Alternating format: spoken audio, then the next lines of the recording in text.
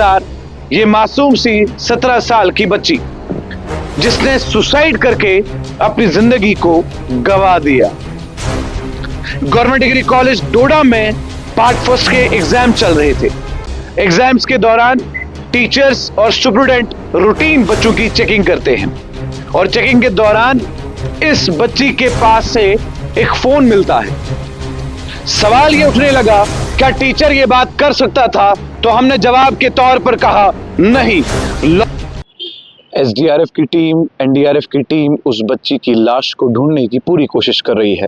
Visuals में आप साफ तौर पर देख सकते हैं, लेकिन बात तो सिर्फ यही है कि जो खो गया अब वो बहुत मुश्किल से मिलेगा। क्या टीचर ये बात कर सकता था? तो हमने जवाब के तौर पर कहा नहीं। लॉ और रूल्स क्या कहता है? टीचर के पास इतनी पावर नहीं होती इंडिविजुअल टीचर या इन्वेस्टिगेट खुद कर सके। 5 साल का बैन गलत है, एडमिशन कैंसिल कहना गलत है, फ्यूचर एग्जाम्स रोकना गलत है। ये पावर सिर्फ exam board, CBSE, state board, university या एग्जामिनेशन कमेटी के पास होती है।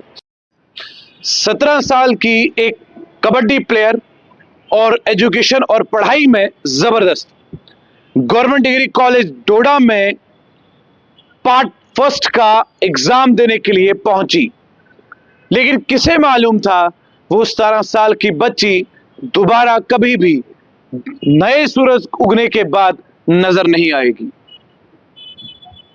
उस 17 साल की बच्ची की जिंदगी ऐसे खत्म हो जाएगी, ये तो उस बच्ची ने भी नहीं सोचा था। इस खबर में 3 किरदार है।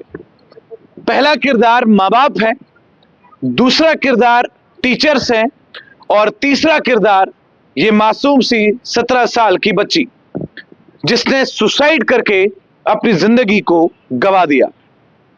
गवर्नमेंट डिग्री कॉलेज डोडा में पार्ट फर्स्ट के एग्जाम चल रहे थे।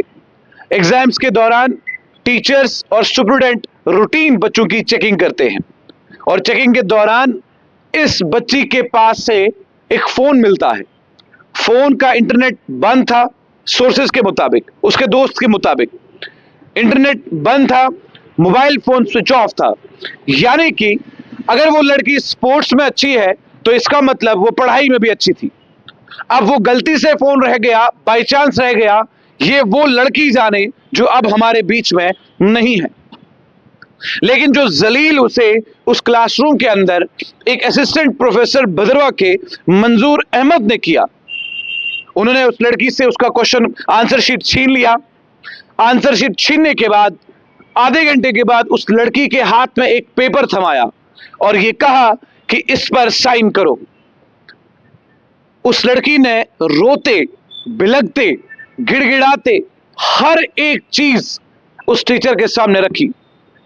उसके बहते आंसू इस बात का सबूत थे कि वो चीटिंग नहीं कर रही थी, वो नकल नहीं कर रही थी। उस लड़की ने बहुत मिन्नती की, लेकिन असिस्टेंट प्रोफेसर नहीं माने। असिस्टेंट प्रोफेसर ने गुस्से में आकर कहा, तुमने साइन करना है या नहीं? कहीं ऐसा ना हो जाए कि तुम 5 सालों तक ना किसी कॉलेज में एडमिशन ले पाओ, ना कभी कोई एग्जाम दे पाओ। बच्ची डर गई, बच्ची सहमी हुई नजर आई और उस बच्ची ने कुछ नहीं सोचा, 30 मिनट के बाद उस फॉर्म पर साइन कर दिया। साइन करने के बाद उस लड़की को यह लगा कि उसकी जिंदगी खत्म हो गई है। सवाल ये उठने लगा, क्या टीचर ये बात कर सकता था? तो हमने जवाब के तौर पर कहा नहीं। लॉ और रूल्स क्या कहता है? टीचर के पास इतनी पावर नहीं होती इंडिविजुअल टीचर या इन्वेस्टिगेट खुद कर सके। 5 साल का बैन गलत है, एडमिशन कैंसिल कहना गलत है, फ्यूचर एग्जाम्स रोकना गलत है। ये पावर सिर्फ exam board, CBSE, state board, university या एग्जामिनेशन कमेटी के पास होती है। एक्चुअल प्रोसेस क्या होता है? अगर फोन पकड़ा गया हो तो टीचर रिपोर्ट बनाता है, केस अनफेयर मींस कमेटी के पास जाता है, स्टूडेंट्स को नोटिस मिलती है, अपना साइड बताने का चांस मिलता है और उसके बाद ऑफिशियल्स एक स्टेटमेंट जारी करते हैं। क्या ये सही है या गलत? यानी कि उस लड़की ने रोते हुए, बिलखते हुए, तड़पते हुए इस बात को कहा कि मैं फोन का इस्तेमाल नहीं कर रही थी। सोर्सेस के मुताबिक, उसके दोस्तों के मुताबिक हमने जो कहा और जो वहां की मीडिया ने रिपोर्ट किया वो हम आप तक पहुंचा रहे हैं। जो केस बनना था वो तो बन गया। वो बच्ची क्लासरूम के बाहर निकली, क्लासरूम के बाहर निकलने के बाद ना किसी टीचर से उसने बात की, ना स्टूडेंट से बात की, और सीधे जाके डोडा पुल पर पहुंची और सीधे चिनाब में छलांग लगाई। 5 बजे उसकी दोस्त उस लड़की की मां को फोन करती है, क्या आपकी बेटी घर पहुंची या नहीं? मां ने कहा अभी तक नहीं पहुंची है। बात फैल गई और तब मालूम हुआ कि बेटी दोपहर में ही एग्जाम छोड़कर बाहर निकली है। असिस्टेंट प्रोफेसर का यह कहना कहां तक सही था? असिस्टेंट प्रोफेसर का यह कहना कि 5 सालों तक तुम्हें एग्जाम नहीं दिया जाएगा, असिस्टेंट प्रोफेसर का यह कहना कि तुम्हारी जिंदगी मेरे हाथ में है, यह कहां तक सही था?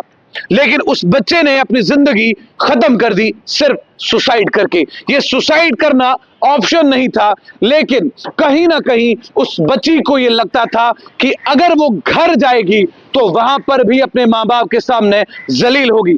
आज के दौर में मां बाप और बच्चे के बीच में एक दोस्ती का बॉन्ड होना चाहिए। वो दोस्ती का बॉन्ड आज की जनरेशन में नजर नहीं आता है। आज के दौर में टीचर्स अपने ईगो को सेटिस्फाई करने के लिए बच्चों को जलील करते हैं। और इस असिस्टेंट प्रोफेसर के बारे में जब हमने जानकारी ली, तो जब ये असिस्टेंट प्रोफेसर जीडीसी बदरवा में थे, जब बच्चों का एग्जाम वहां पर था, तो बच्चों के द्वारा ये बात की जा रही है कि ये सर बीच क्लासरूम के अंदर जब हमारा पेपर चल रहा होता है तब ये कह रहे थे भूख लगी है, चाय पकौड़े का इंतजाम किया जाए। एक जाबाज बच्चा बीच डेस्क में खड़े होता है और वो ये बात कहता है कि सर हम डिस्टर्ब हो रहे हैं, आप हमें डिस्टर्ब कर रहे हैं। तो ये टीचर आगे से ये कहता है, क्या इस पूरे क्लासरूम में तू सबसे ज्यादा काबिल है? क्या ये शोभा एक टीचर को देता है? मुझे लगता है नहीं देता है। तो उस टीचर ने बच्चे को ह्यूमिलेट करने के लिए, बच्चे को डिस्टर्ब करने के लिए, स्ट्रेस में लाने के लिए कुर्सी उसके डेस्क के आगे लगा दी। लेकिन बच्चे ने ना इधर देखा ना उधर देखा। बच्चे ने अपना एग्जाम पूरा क्लियरिफाई किया और पेपर आंसर शीट को वहीं छोड़ा और निकल गया। हमारी जिंदगी में इस स्टेज पर, इस मुकाम पे जहां पे हम हैं, हमारे जिंदगी में भी टीचर्स गुजरे हैं, और ऐसे टीचर्स गुजरे हैं जिन्होंने अंधे को आंखों से रोशनी नहीं दिखाई बल्कि इल्म से रोशनी दिखाई है।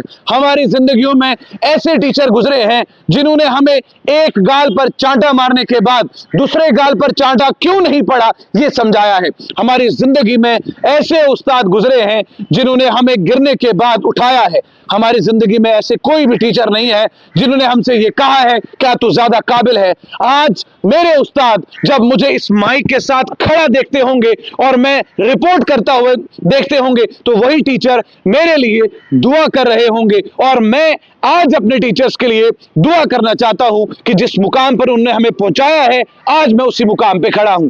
लेकिन जो जीडीसी डोडा में जिस तालिबे इल्म ने यह सुसाइड अटेम्प्ट किया, उस तालिबे इल्म के पास इतनी कैपेबिलिटी नहीं थी कि वो बर्दाश्त कर सके। जनजी आफ्टर 2005 या 4 के बाद पैदा होने वाले ये बच्चे अपने पेशेंस लेवल का इस्तेमाल करते ही नहीं है। उनके जिंदगी में ये पेशेंस नाम की कोई चीज है ही नहीं। और वो टीचर्स जो बच्चों को जबरदस्ती जलील करते हैं, और किसी भी कानून में आप अपने बच्चों को या आप अपने तालिबे इल्म को 5 साल की बात नहीं कर सकते, आप उन्हें 2 साल की बात नहीं कर सकते। ये हक आपका नहीं है, ये हक बोर्ड का है।